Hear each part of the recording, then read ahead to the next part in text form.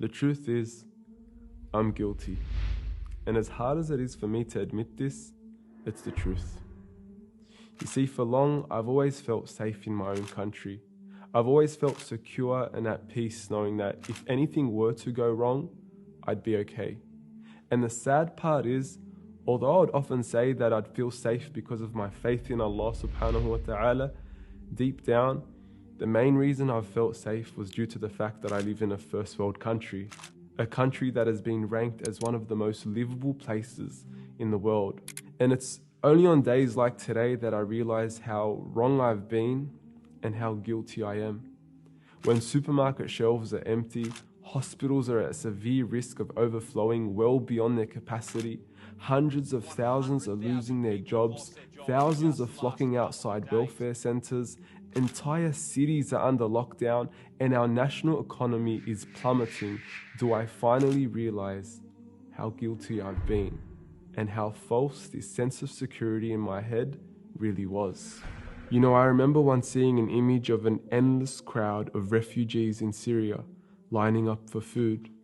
And as sad as that scene was, deep down I had a sense of security knowing that would never happen here.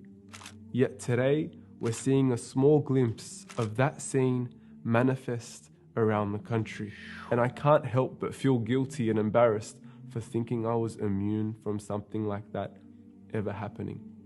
You know, Allah subhanahu wa ta'ala, He says in the Quran, أَأَمِنْتُمْ أَفَأَمِنْتُمْ أَمْ أَمِنْتُمْ.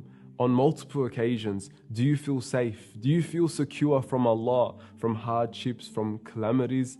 And the truth is, for long, I have felt somewhat secure. And it's really embarrassing to say that. Once again, not because I am certain that Allah is protecting me, but it's because of the illusion in my head that bad things don't happen in this part of the world. And as bitter as it is to admit this, I'm honestly grateful that it's actually allowed me to correct my understanding of who truly is in control, who truly is in power right now. It's allowed us to reinvigorate our relationships with Allah subhanahu wa ta'ala and has forced us to place our trust in Him. And in all honesty, who better to place our trust in? Who better to place our trust in than the one who has the treasures of the heavens and the earth? Who better to place our trust in than the one who controls the entire universe? I guess it's time that we realize this and acknowledge the power of Allah. And above all, I think it's time we really start to humble ourselves. You know, despite our technological advancements, our mega cities, our state-of-the-art infrastructure, without Allah, the truth is, we're powerless. And I don't think that this fact has ever been as manifest and as obvious as it is today. If ever there was a time to return to Him, it's now.